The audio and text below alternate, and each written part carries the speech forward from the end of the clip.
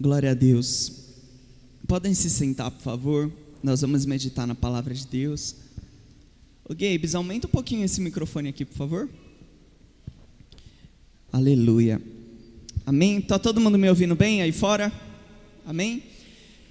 Gostaria que vocês abrissem a Bíblia em Efésios 6, versículo 10. Efésios 6, versículo 10, que está escrito assim: finalmente sejam fortalecidos no Senhor e na força do seu poder. Vistam-se de toda a armadura de Deus para poderem ficar firmes contra as ciladas do diabo. Pois a nossa luta não é contra a carne ou sangue, mas contra os principados e potestades, contra os dominadores deste mundo das trevas e contra as forças espirituais do mal nas regiões celestiais. 13. Por isso, se vistam de toda a armadura, para que possam resistir no dia mau e permanecer inabaláveis depois de terem feito tudo isso. 14. Assim permaneçam firmes, cingindo-se com o cinto da verdade, se vestindo com a couraça da justiça e tendo os pés calçados com a prontidão do evangelho da paz. 16. Além disso, usem o escudo da fé, com o qual vocês poderão apagar todas as setas inflamadas do maligno. E 17. Usem o capacete da salvação e a espada do Espírito, que é a palavra de Deus. Amém? Vamos aplaudir a palavra do Senhor?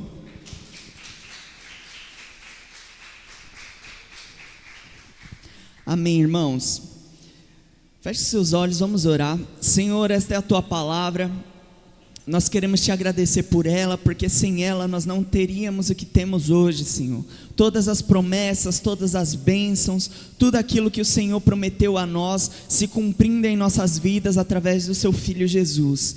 Em nome de Jesus nós oramos para que nesta palavra o Senhor possa nos ajudar, Senhor, a assimilar tudo que o teu Espírito tem para nós. Que não haja, Senhor, aqui no nosso meio apenas conhecimento, mas que haja, Senhor, uma profunda revelação da tua palavra, em nome de Jesus. Amém? Nós estamos falando sobre enfrentar batalhas, e o crente não pode fugir da batalha. Diga comigo assim: eu não posso fugir da batalha. Você não pode fugir da batalha. A Bíblia fala que todos os dias nós enfrentaríamos problemas. Jesus não prometeu que nós teríamos uma vida isenta de problemas. Ele diz que nós teríamos sim uma vida abundante, mas teríamos problemas. As aflições do justo são inevitáveis. A Bíblia diz que o sol nasce para o justo e para o injusto. A chuva vem para o justo e para o injusto. O que isso significa? Que não é porque eu sou crente, não é porque eu sou cristão, que Jesus vai me livrar dos problemas. Na verdade, Jesus vai te dar força para você resistir em meio aos problemas. Amém? E antes de você entrar numa batalha, você precisa entender qual tipo de batalha você está enfrentando. Porque, por exemplo, lá em Gálatas 5, fala sobre um tipo de batalha. Um tipo de batalha que acontece na nossa mente, acontece no nosso interior. Lá em Gálatas 5 está escrito que a carne, essa carne aqui, milita contra o espírito, o nosso espírito. Por quê? Porque o espírito do salvo, ele é transformado. Só que ainda estamos aqui em carne, ou seja, lá em Gálatas está nos ensinando que essa batalha é a nossa carne contra o nosso espírito, e todos os dias haverá essa batalha. E aí lá ele fala sobre as obras da carne, que são manifestas em várias coisas: inveja, idolatria, feitiçaria e mais um monte de coisa. Só que daí nós temos o fruto do espírito que combate essas obras da carne. As obras da carne são várias, mas o fruto do Espírito é apenas um. E como que nós vencemos então as obras da carne? Esse é um tipo de batalha que a gente precisa entender que a gente guerreia todos os dias. A gente ganha essa batalha contra a carne quando nós alimentamos nosso espírito. Amém? Quando você alimenta o seu espírito, irmãos, você consegue se fortalecer para não ceder às obras da carne. Eu estava meditando com meu pai esses dias, e eu fiquei pensando, falando com ele, né? Nossa, por que será que, mesmo depois de crente, muitas pessoas depois de terem recebido Jesus, por que tem tantas pessoas com má intenções? E aí, me veio a resposta na hora, e aí eu estava ali comentando com meu pai, e foi confirmado, que é um tipo de cristão que não alimenta o seu espírito. Porque, irmãos, se você é uma pessoa que é tentada a ter inveja do próximo, quando você tem um relacionamento com Deus, de verdade, um relacionamento profundo com o Espírito Santo, Ele vai te ajudar a você vencer esse tipo de pecado. Se você tem problema com imoralidade sexual, você, depois de ter recebido Jesus e se aprofundando no relacionamento com Ele, o Espírito Santo de Deus vai te ajudar a vencer esse tipo de pecado. Ou seja, qual é a conclusão que nós chegamos? O crente que ainda cai em pecado, mesmo depois de ter recebido Jesus como seu Salvador, é um cristão que não aprendeu a alimentar o seu espírito. Porque aquele que aprendeu a alimentar o seu espírito, ele se fortalece. A tentação vem, porque é inevitável, você vai ser tentado, irmãos. Você não vai ser livrado da tentação, a tentação vai chegar até você, mas o cristão que tem um relacionamento com Deus, ele vai conseguir resistir a essa tentação.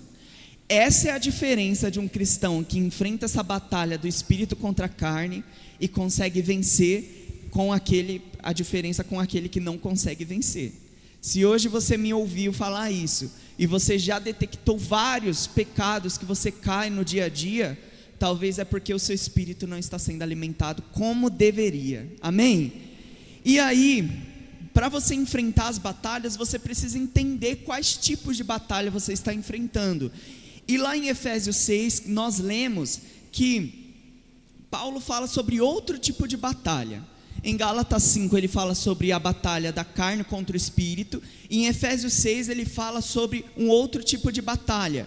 E qual é esse tipo de batalha? Vou falar um pouco do contexto de Efésios 6 para vocês entenderem. Efésios 5, ele fala sobre relacionamentos, marido, esposa, filhos, pais. Efésios 6, no comecinho do capítulo, ele continua falando sobre relacionamentos. Ele continua falando sobre filhos e pais, se eu não me engano. Ele fala sobre patrão e servo. Ele fala sobre empregado. Então ele fala sobre relacionamentos. Ele fala, por exemplo, para os pais: pais, não sejam abusivos com seus filhos. Ele fala para os filhos: filhos, honrem os seus pais. Para os maridos, o que o apóstolo Paulo ensina? Maridos, amem a sua esposa. E esposas, o que vocês devem fazer? Honrem os seus maridos. E para os maridos ele é até mais profundo, ele fala: você tem que se entregar pela sua esposa até a morte, se for preciso, assim como Cristo se entregou pela igreja. Então, para o marido, o apóstolo Paulo vai e aperta mais ainda do que para a esposa, porque quando a esposa honra o seu marido, ela já está demonstrando amor pelo seu marido. Mas quando o marido não honra a sua esposa, ele não ama e não se entrega por ela. Vocês entendem como é mais profundo? E aí ele compara o marido como Jesus. Ele fala: assim como Jesus se entregou pela igreja, você, marido, se necessário, tem que ir até a morte pela sua esposa, honrando a vida dela. E aí eu fiquei me questionando do porquê. Lá para frente, a partir do versículo 10, Paulo muda o discurso dele na carta. Estava falando sobre relacionamentos, e aí ele muda o discurso dele e começa a falar sobre a armadura, sobre ser forte, sobre guerra. O que tem a ver, gente, relacionamentos com guerra? O que tem a ver relacionamentos com batalha? E é isso que nós vamos entender. Paulo fala uma coisa interessante. Basicamente, a partir do versículo 10, ele fala para a igreja de Éfeso o seguinte: se preparem, porque vocês estão em guerra. Se preparem, porque vocês estão em guerra. E aqui, esse mês inteiro, todos os pregadores falaram isso: se preparem, irmãos, coloquem a armadura, porque vocês estão em guerra. E aí ele fala que, ele nos ensina que essa guerra vai além do que vemos. Vai além do que vemos. Não é contra as pessoas. Minha guerra não deve ser contra vocês, e a guerra de vocês não deve ser contra mim. Paulo ensina que essa guerra está numa dimensão que nós nem enxergamos. E aí, como que a gente guerreia nessa dimensão? Vou dar alguns passos aqui para nós entendermos. Primeiro, a guerra acontece com o nosso adversário. Então, antes de você entrar na guerra, você precisa conhecer seu inimigo. Quem é seu inimigo? Ah, meus parentes não me entendem, meus parentes se revoltam contra mim, meus parentes me desprezam porque eu sou cristão, porque eu amo Jesus e estou o tempo todo na igreja. Irmãos, a guerra não é contra os seus parentes, a guerra não é contra o seu marido, contra a sua esposa, não é contra nenhuma pessoa de carne ou sangue. Paulo aqui está dizendo que a guerra é espiritual. E aí, indo mais para frente, você já detectou que a sua guerra é espiritual. Quem é o seu inimigo? Paulo já diz, o maligno. O diabo aparece na Bíblia com vários nomes. Ele aparece como maligno, como Satanás, como um acusador, como espírito imundo, espírito maligno. Jesus e a Bíblia chamaram Satanás e seus demônios de vários nomes, espírito de enfermidade, espírito de um monte de coisa, mas toda a fonte da maldade vem do diabo, e o diabo é o nosso grande inimigo. Eu não acho certo a gente dizer que o diabo é adversário de Deus, porque um adversário está no mesmo patamar. O Pedro é da luta, o Pedro vai entender isso aqui. Quando o Pedro vai lutar, né, Pedro? Quando o Pedro vai lutar com um adversário, ele está no mesmo nível, não é verdade, Pedro? Não pode ser injusta a luta, ou pode ser? Não pode ser injusta a luta. Então, a gente não pode dizer que o diabo é adversário de Deus. Gente, porque Deus está muito além, o poder de Deus vai muito além do poder que o diabo tem contra ele. O diabo não pode contra Deus, mas o diabo pode contra a sua igreja. O diabo pode contra aqueles crentes que não vigiam. O diabo pode pegar desprevenido nós aqui no nosso dia a dia e nos cercar com alguma armadilha. E aí, essa é a estratégia de Satanás. Satanás não pode atingir Deus. Deus é soberano, ninguém atinge Deus. Mas o diabo pode atingir a gente. Enquanto não formos transformados completamente, enquanto Jesus não voltar, não irmos para a eternidade, o diabo ainda vai ficar ao nosso derredor tentando nos destruir. A palavra diz que ele vem como um leão. Ele fica como um leão ao nosso derredor. Ao nosso redor ficam os anjos do Senhor, e ao nosso derredor fica o diabo e os seus demônios, tentando nos derrubar a cada momento, a cada dia e a cada minuto. Então, entenda como Satanás trabalha. Há um mito muito grande no meio de muitas pessoas. Eu acredito que hoje em dia esse mito já foi quebrado, mas talvez ainda tenha pessoas que acreditam assim, que Satanás vai aparecer como nos filmes de terror. Vai aparecer feio, vai aparecer aquele monstro no escuro, aquela coisa lá que vai te assustar. Irmão, Satanás é muito mais astuto do que isso. Porque se ele aparecer assim para você, você vai desprezar na hora, você vai ter medo, você vai ter repulsa. Você vai clamar o nome de Jesus. Satanás é muito mais astuto. Satanás vem com ciladas. Aqui em Efésios 6, está escrito que Satanás lança setas inflamadas. Ou seja, Satanás nem tenta encostar em você. Satanás lança setas contra você. Vocês estão entendendo? Porque Satanás, ele não é um ser burro. Não limite o poder, a astúcia de Satanás. O poder não, mas a astúcia de Satanás. Satanás, ele é simbolizado como uma serpente. A serpente, irmãos, o animal, ele não ataca de vez. A serpente vai astutamente até chegar onde ele quer, onde ela quer. E Satanás, não é à toa que Satanás tem esse nome na Bíblia, porque ele é astuto. Ele te cerca, encontrando uma brecha para entrar, e aí, sem você perceber, ele tenta te destruir. E como que Satanás faz isso, irmãos? Diga comigo bem alto assim: pela mente. É na mente. Satanás ataca as nossas emoções. Satanás ataca os nossos pensamentos. Satanás ataca a nossa mente. é na mente que ele trabalha. E aí, em contraste disso, o apóstolo Paulo nos ensinou que a nossa mente deve ser transformada pelo Espírito de Deus. Lá em Romanos 12:2 está escrito: transformem a sua mente, não se amoldem à cultura do mundo. E aí Satanás, sabendo disso, o que ele faz? Ele também tenta transformar a sua mente. Na verdade, ele tenta distorcer a sua mente. E aí, sem você perceber, se você não for um crente que vigia, se você não é um crente preparado para a batalha com a armadura correta que vem de Deus, você vai cair. Satanás vai te derrubar. E não podemos brincar, irmãos, não podemos brincar com essa astúcia de Satanás. Nós não podemos duvidar das coisas que ele faz, até porque lá em 2 Coríntios, ou 1 Coríntios, 2 Coríntios, capítulo 2, versículo 10 e 11, está escrito assim: se vocês perdoam alguém, eu também o perdoo. Aquilo que perdoei, se é que havia alguma coisa para perdoar, perdoei na presença de Cristo, por amor a vocês. Olha só o que o apóstolo Paulo diz, versículo 11: a fim de que Satanás não tivesse vantagem sobre nós, prestem atenção, pois não ignoramos as intenções dele.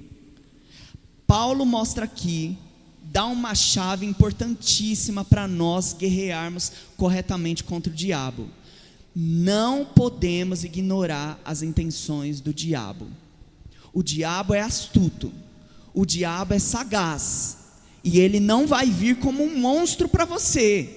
Ele vai vir até mesmo como um evangelhozinho bonitinho. Ele vai vir como alguém legalzinho que vai se aproximar de você. Ele vai te cercar de uma forma astuta para te derrubar no momento certo, e às vezes sem nem você perceber.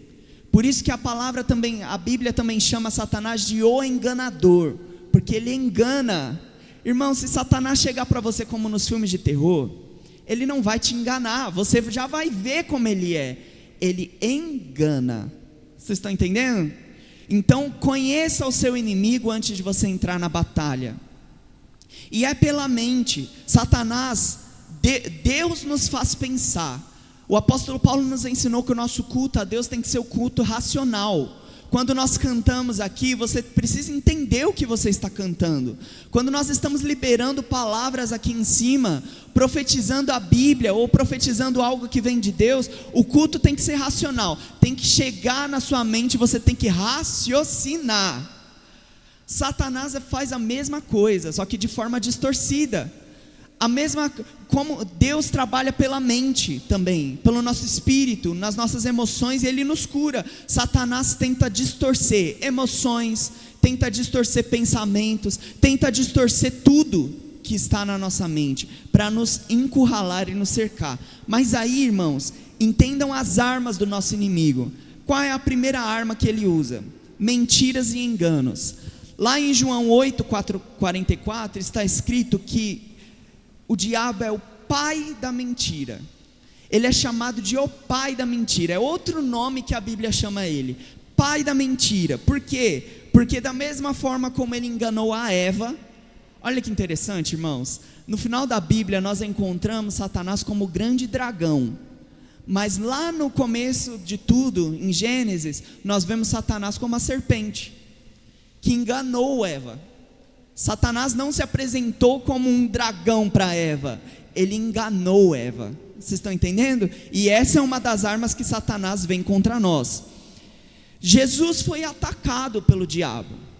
Lá no deserto, em Mateus 4, o próprio diabo usa a própria palavra para enganar Jesus. E Jesus faz o quê? Rebate com a palavra. Então, um crente fortalecido, isso já ensina muita coisa para nós. Um crente fortalecido em Deus, ele sabe rebater com a palavra.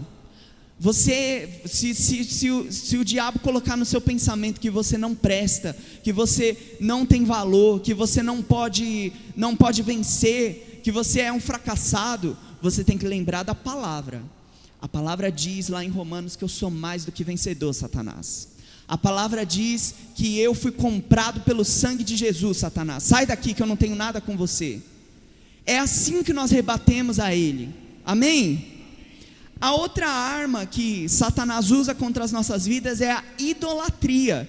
E aí eu acho a idolatria uma arma muito sutil de Satanás. Porque a idolatria pode nos envolver de uma forma que não percebemos. O que é a idolatria, irmãos? Idolatria é trocar nosso relacionamento com Deus por qualquer outra coisa. E talvez isso, para você no momento, pareça ser muito legal. Você está trocando o seu relacionamento com Deus, que às vezes é monótono, às vezes é chato, não é muito legal. Você está trocando por outra coisa mais divertida, um entretenimento, algo que te empolga. Mas isso é uma arma do diabo muitas vezes para te tirar, para te afastar de Deus. E a idolatria, ela vem de forma sutil muitas vezes. Tem aquela idolatria escancarada, que é a idolatria de religiões, que aí você adora mesmo outros deuses, as pessoas adoram, se prostram em imagens e fazem tudo. Isso daí é uma idolatria escancarada. Mas e quando o diabo vem de uma forma sutil, te trazendo uma idolatria disfarçada? Quando você idolatra demais os seus filhos, quando você idolatra o seu marido, a sua esposa, quando você idolatra seu emprego, quando você idolatra os seus dons, os seus talentos e esquece que tudo veio de Deus. Isso é uma arma sutil que Satanás usa também para nos afastar de Deus. E qual é o perigo da idolatria? A idolatria nos faz afastar da fé real em Cristo Jesus.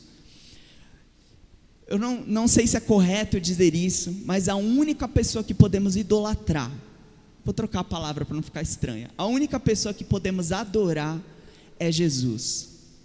Quando nós adoramos qualquer outra coisa, é idolatria.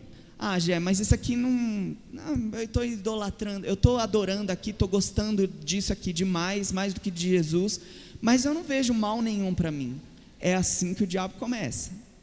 E se você não vigiar, você vai se afundar cada vez mais. Quando você perceber, você vai enxergar Jesus tão longe, e aí você vai ter que fazer todo um caminho para se chegar a Ele de novo, de arrependimento. Então o diabo usa a idolatria como uma grande arma para afastar muitos cristãos da presença de Deus. Amém? A outra arma que Satanás usa contra nós são as tentações. E aqui é importante a gente entender que tentação não é a mesma coisa que pecado. A tentação é inevitável. A tentação, ela chega para nós, às vezes com um olhar, às vezes com um toque, às vezes com palavras, com gestos. A tentação vem, irmãos. Nós somos tentados a cada momento. O pecado, ele pode ser evitado. O pecado pode ser evitado. A tentação, às vezes, a gente não consegue controlar, mas o pecado a gente consegue evitar. Então a Bíblia diz para nós fugirmos da aparência do mal. O que é fugir da aparência do mal? Você está vendo alguma situação que parece ser mal, que parece ser uma situação que vai te afastar de Deus e que vai te afundar no pecado. A Bíblia diz que nós devemos fugir. Corre daquela situação. Você foi contratado num lugar que as pessoas são idólatras, ou que as pessoas são imorais, que as pessoas querem te encurralar para fazer você pecar junto com elas. Irmãos, é difícil, mas corre daquele lugar.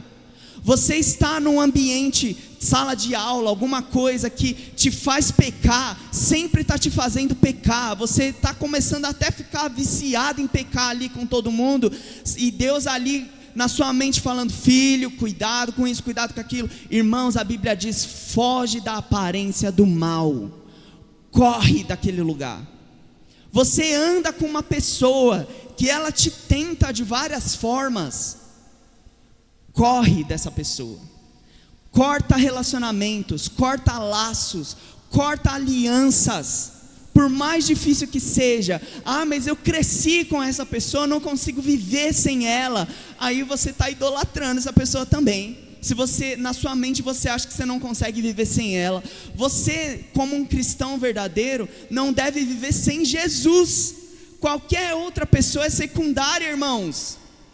Você não deve idolatrar ninguém. Amizades, família. Não, minha família está em primeiro lugar. Irmãos, parem com esse engano. A família não deve estar no primeiro lugar no coração do crente. Jesus deve estar no primeiro lugar do coração do crente. Ah não, a igreja está em primeiro lugar na minha vida. Jesus deve estar em primeiro lugar na sua vida. Porque se você amar Jesus, você vai amar todas as outras coisas que são secundárias. Coloque qualquer lugar no lugar de Jesus, você já está idolatrando. Amém? Então, a tentação não é pecado, mas você pode evitar o pecado. Olha só que interessante, lá em Tiago 1,14 está escrito assim. Deixa eu beber um pouquinho de água aqui, irmãos. Ao contrário, cada um é tentado, presta atenção no que a Bíblia diz, ó. Cada um é tentado pela sua própria cobiça, sendo por esta arrastado e seduzido. Então a cobiça, depois de haver concebido, dá a luz ao pecado, e o pecado, uma vez consumado, gera a morte. Olha só, vem primeiro a cobiça. Todo mundo tem uma cobiça específica. Eu tenho um tipo de cobiça, e vocês também devem ter aí algum tipo de cobiça. Vocês sabem o que te tenta. O diabo, nosso inimigo, lembre-se que estamos falando sobre batalha. O diabo, nessa batalha, ele sabe qual é a sua cobiça. De cada um de nós, ele sabe qual é a nossa cobiça. É dinheiro? É fama? É sucesso? É elogios? É reconhecimento humano? É família? É entretenimento? O diabo sabe qual é a sua cobiça. E o que ele vai fazer? Ele vai te cercar com tentações que vão te levar a pecar exatamente no que você quer. Porque se Satanás viesse com um tipo de proposta diferente do que a sua carne quer, não faria sentido. Você rejeitaria fácil. Mas o diabo sabe exatamente qual é o seu ponto fraco. O seu inimigo conhece o seu ponto fraco, mas nós aqui estamos aprendendo qual é o ponto fraco dele também, amém? Então, irmãos, o diabo, ele usa a sua cobiça para te cercar com tentações. Aí vem a lição importante. A tentação, ela talvez não é evitada, mas o pecado, ele pode ser evitado. A outra arma que o diabo usa contra nós é a religiosidade e a acomodação. Frequentar cultos e participar de ministérios não é suficiente para sermos protegidos contra o diabo. Lembre-se que na armadura de Efésios 6, Deus não nos ensina a vá à igreja, essa é a sua armadura, ore, ou sei lá, cante. Não, há uma armadura que engloba um monte de coisas, que está muito além de religiosidade e acomodação das nossas vidas. Então, lá em Tiago 1:26 está escrito: se alguém propõe ser religioso, mas não refreia a língua, está enganando a si mesmo. A sua religião é vã. A religião pura e sem mácula para com o nosso Deus, e Pai é esta: visitar os órfãos e as viúvas nas suas aflições e se guardar da contaminação do mundo. O que Tiago está explicando aqui? Que não adianta você ser um religioso e você não ter freio na língua, por exemplo. Você não ter sabedoria para falar. Não adianta você ser um religioso e você não amar a pessoa que está do seu lado. Não adianta você fazer cultos e frequentar a igreja se você se contamina com o mundo. Então, aqui o apóstolo Tiago está nos ensinando que a verdadeira religião é o quê? Se guardar contra o mundo, não se contaminar com o mundo e amar aqueles que necessitam. Essa é a verdadeira religião que Deus quer que nós sigamos, amém? As outras coisas também que o diabo usa como arma contra nós são doenças, enfermidades e circunstâncias. Como por exemplo, nós vemos lá em Lucas 13 que havia uma mulher que andava curvada porque carregava em si um espírito de enfermidade. E aí Jesus expulsou aquele espírito, a mulher se endireitou. Ou seja, a mulher andava curvada por alguma enfermidade, alguma coisa que ela teve ali, mas Jesus, com discernimento ali, entendeu que aquilo ali era um espírito maligno. E quando ele expulsou aquele espírito maligno, aquela mulher se endireitou de novo e viveu uma vida normal.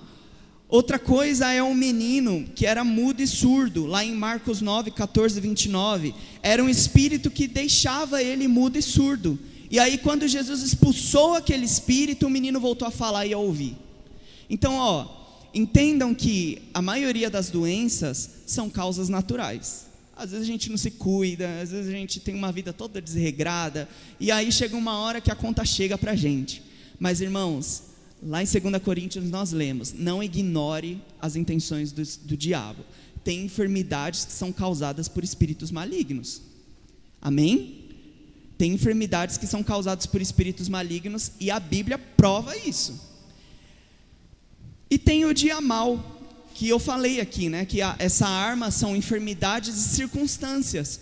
Tem dia mau que chega para nós. O nosso pastor já falou várias vezes que esse dia mau chega para todos. Então muitas vezes é um período que você está sendo muito tentado, ou é um período em que tudo está dando errado na sua vida. É o dia mau, talvez seja uma das armas que Satanás está tentando lutar contra você.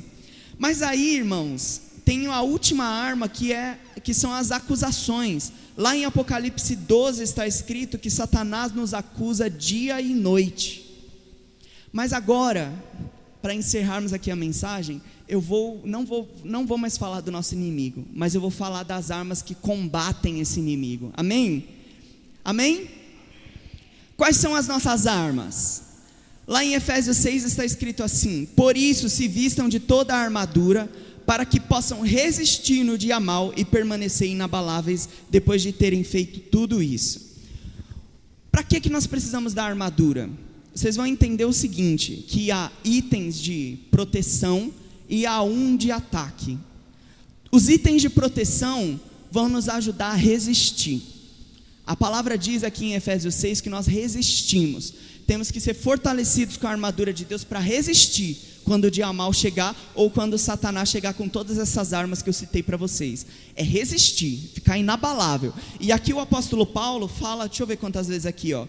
Se vistam de toda a armadura para que vocês possam resistir, primeira vez, no dia mau, permanecer inabaláveis depois de terem feito tudo isso. Ele fala 2 vezes que nós devemos resistir, manter firme. E a uma segunda vez ele fala que nós precisamos ter essa armadura para permanecermos inabaláveis. Amém? Então Deus nos convida a isso. E quais são os itens de proteção dessa armadura? Diga comigo assim: cinto da justiça. O que o cinto da justiça faz com a gente? Mantém tudo ajustado. É o cinto da verdade, perdão irmãos, li errado. Cinto da verdade. O que a verdade faz em nossas vidas, no nosso coração, na nossa mente? Mantém tudo no lugar. Se você não carregar a verdade na sua mente, no seu coração, você cai. Porque mentira, viver na mentira é viver como na areia movediça, você não tem estabilidade. A verdade, ela é concreta e ela é uma só, ela é Jesus. Quando você anda em Jesus, você anda na verdade. E ninguém pode te acusar. O crente que anda em Jesus não consegue ser repreendido por ninguém, porque ele anda na verdade. Amém? As pessoas não conseguem achar uma brecha de pecado. As pessoas não conseguem achar uma brecha de engano, de mentira, porque ele anda na verdade. Então o cinto da verdade, ele mantém tudo no lugar, porque sem a verdade as coisas, tudo vai cair. A outra coisa é a couraça da justiça. É o que protege o coração, emoções, mente e coração. Então, quando Satanás vier com setas contra você, vier com sua arma, você, se estiver revestido com essa couraça da justiça, não vai atingir o seu coração, não vai atingir sua mente e não vai atingir seu interior. Amém? A outra coisa que serve para proteção também são os calçados. E o que os calçados fazem? Eles dão estabilidade, você não escorrega quando as pressões chegam até você. Então, se você está calçado corretamente, com a armadura de Deus, quando Satanás vier te pressionando, tentando te derrubar, você está firme e você não vai cair. Amém? A outra coisa que vem também como uma proteção para nós é o escudo da fé. O que o escudo faz? O escudo bloqueia os ataques direto. Lá em Efésios 6, Paulo fala sobre setas inflamadas do maligno. E o que pode ser isso? talvez sejam dúvidas, mentiras e acusações. E quando ele vem com essas setas, joga contra você, aquele crente que está com esse escudo da fé, as setas batem nesse escudo e caem no chão, não atinge o coração. Amém? A outra coisa que vem para nos proteger é o capacete da salvação. O capacete da salvação protege a nossa mente, nos dá segurança na salvação que vem de Deus. É aquela coisa do diabo tentar acusar você. Quando o diabo vem com acusação, se o crente está com esse capacete da salvação, ele já sabe tudo que está escrito na palavra de Deus, nas promessas, e ele rebate todas as mentiras, porque ele está protegido. A mente dele está protegida contra as setas inflamadas do maligno. Mas aí, há apenas uma arma que é para ataque. Um item dessa armadura que é para ataque. Vocês lembram qual é? A palavra. Amém? A palavra do Espírito é o único item que você pode usar para ofender Satanás. É o único. Os outros servem para te proteger, mas o único item que serve para você atacar e ofender Satanás é a palavra de Deus. Você não só defende, mas com a espada do Espírito você responde, você confronta e você corta as mentiras do diabo. Lá em Hebreus 4:12 está escrito: a palavra de Deus é viva e eficaz, e mais cortante do que qualquer espada de 2 gumes, que penetra até a divisão da alma e do espírito, e de juntas e medulas, e pronta para discernir as disposições e pensamentos do coração. Então, irmãos, use a palavra de Deus contra o diabo. Eu aprendi isso lá na minha casa. Eu aprendi que aqui na igreja também eu aprendi muito isso. E muitas vezes eu já fui acusado. O Satanás trouxe acusações na minha mente.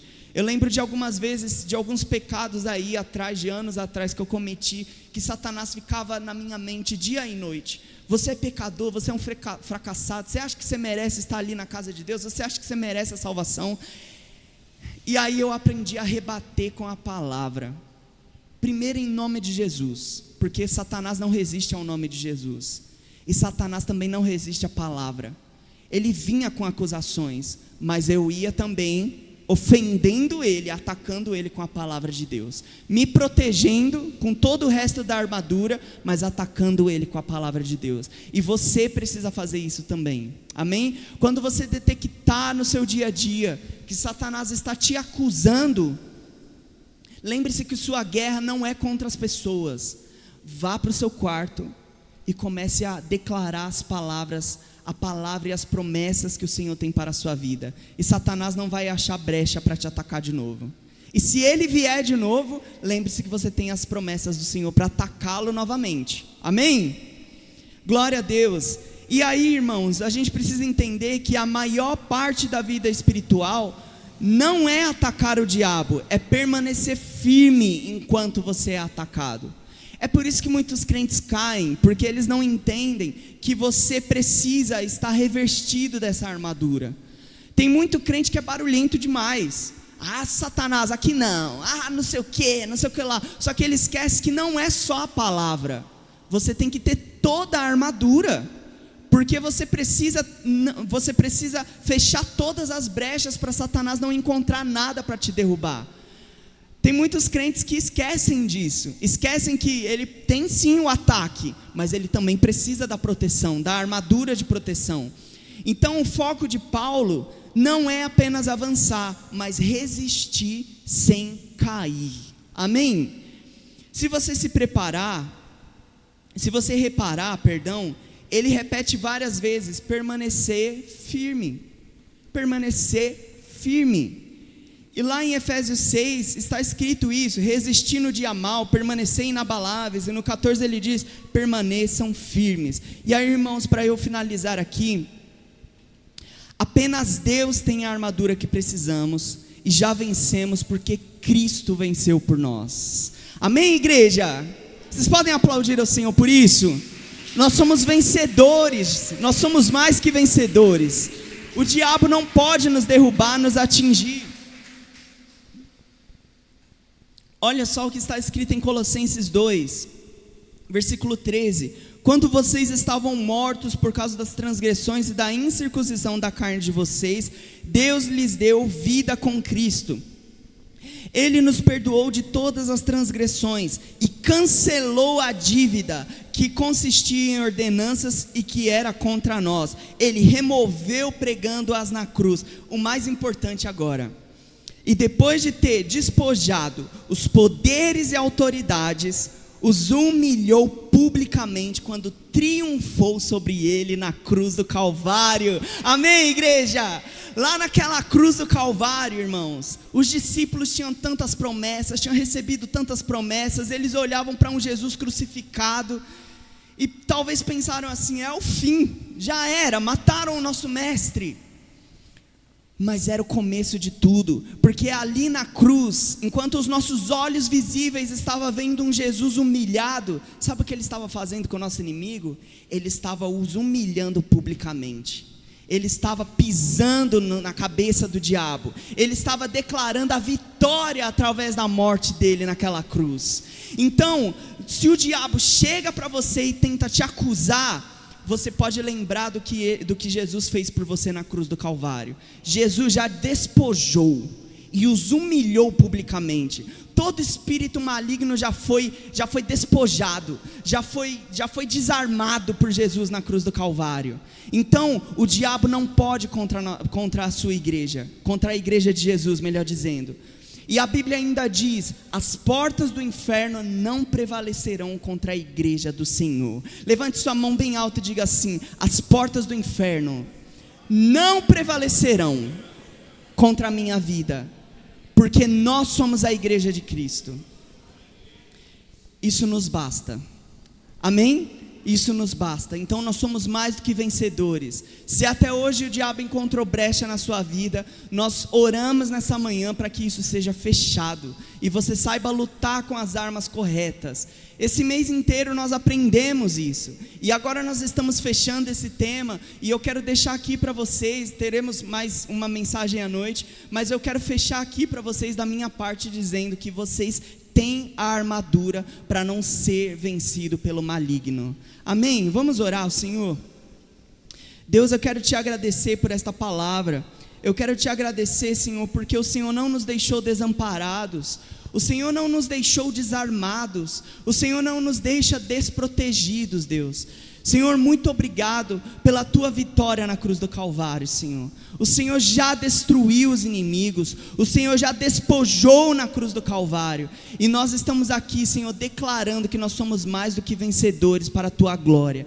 Em nome de Jesus, que Satanás não encontre brecha na sua igreja, Deus. Se há alguém aqui fraco, Senhor, se há alguém aqui sendo vencido no dia a dia, nós oramos para que o Senhor possa fortalecê-los na tua presença, em nome de Jesus. Amém? Aplauda o Senhor Jesus, glória a Deus.